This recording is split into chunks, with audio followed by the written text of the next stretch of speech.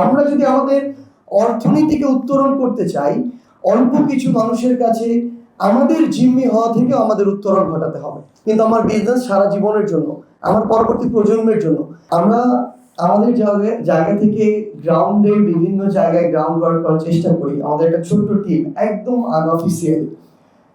যেহেতু আমাদের এই মুহূর্তে টপিক আমি যেটা দেখলাম যে ফ্লারিশিং ইকোনমিক্স অফ দ্য বে অফ বেঙ্গল। অ্যাকচুয়ালি আমরা যদি আমাদের বাংলাদেশের পার্সপেক্টিভে চিন্তা করি, বে অফ বেঙ্গল হয়ে পুরো বিশ্বে আমাদের ইকোনমিকে ফ্লারিশ করার আগে দেশের ভিতরের কিছু জায়গা, যে জায়গাগুলোতে পরিবর্তন খুবই জরুরি, এবং এটা সম্ভব না হলে আলটিমেটলি ন্যাশনাল থেকে গ্লোবাল লেভেলে ফ্লারিশ করার মতো যে ওয়েটা, সেই ওয়েটা আসলে সবসময় বাধাগ্রস্ত হবে এবং আমরা আমাদের কাঙ্ক্ষিত লক্ষ্যে পৌঁছাতে পারবো না।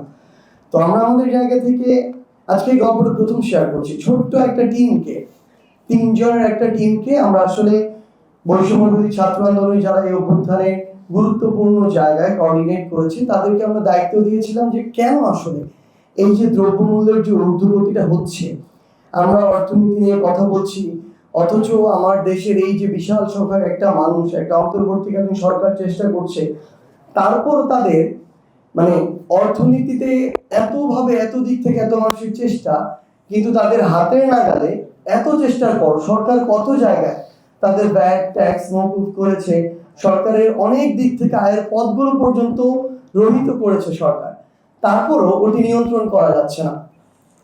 তো আমাদের এই টিম প্রায় 1 মাস কাজ করেছে এটার পিছনে, একদম আনঅফিসিয়ালি। তো এরপরে আমাদের ফাইন্ডিংস যে জিনিসগুলো এসেছে, আসলে আমরা আজকে আমি আমার জায়গা থেকে বিষয়গুলো এখানে অবশ্যই একটু সংক্ষেপে তুলে ধরতে চাই।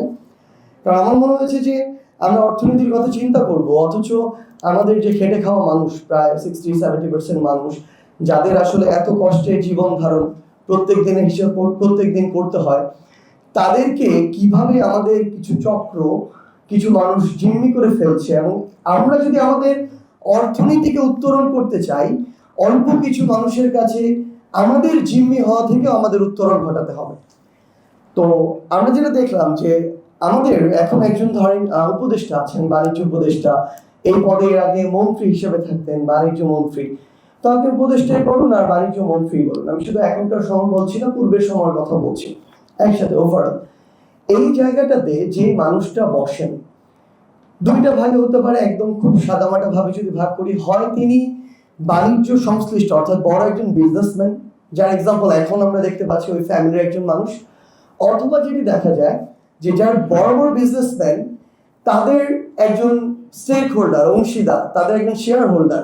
এটা প্রত্যক্ষভাবে না, প্রচ্ছন্নভাবে, পরোক্ষভাবে, যে শেয়ার আসলে তারা সরাসরি এখানে নেন না, মানুষ দেখেনও না, যে শেয়ার জমা হয় হয়তো বা ওই যে আমাদের ওয়েস্টে গিয়ে আর কি। তো এই যে মানুষরা, তারা তাদের জায়গা থেকে যখন ওই চেয়ারটাতে থাকেন, আমি বেশ কয়েকটা আমাদের ফাইন্ডিংস নিয়ে কথা বলবো, তখন এই মানুষগুলো ওই চেয়ারটাতে বৃহৎ অর্থে দেশ বা দেশের মানুষের কথা চিন্তা না করে নিজের পরিবারের লাইফ টাইম একটা মানে অর্থনৈতিক সাম্রাজ্য তৈরির চিন্তা করেন, না যেটা তিনি না, তারপরের 5 পুরুষে শেষ করতে পারবেন না কোনোদিন। এই জায়গাটাতে তাদের মাথায়, যদি তিনি বিজনেসম্যান হন, চিন্তা করেন ক্ষমতা তো 1-2-5 বছরের জন্য, কিন্তু আমার বিজনেস সারা জীবনের জন্য, আমার পরবর্তী প্রজন্মের জন্য।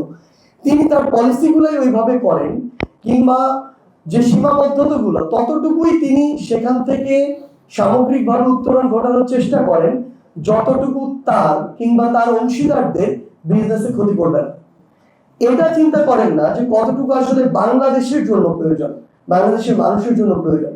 সো এই জায়গায় তাদের কাছে দেশ এবং দেশের মানুষের আগে ব্যক্তি স্বার্থটা প্রাধান্য পায়। এখনো আমরা মন্ত্রণালয়ের সংশ্লিষ্ট, সেটা মন্ত্রী পরিষদ হোক, আমলাতন্ত্র হোক, ওই মানুষগুলো সেভাবে এই ক্ষেত্রে আগ্রহ দেখতে পাচ্ছেন স্টেট অ্যাট দিস মোমেন্ট।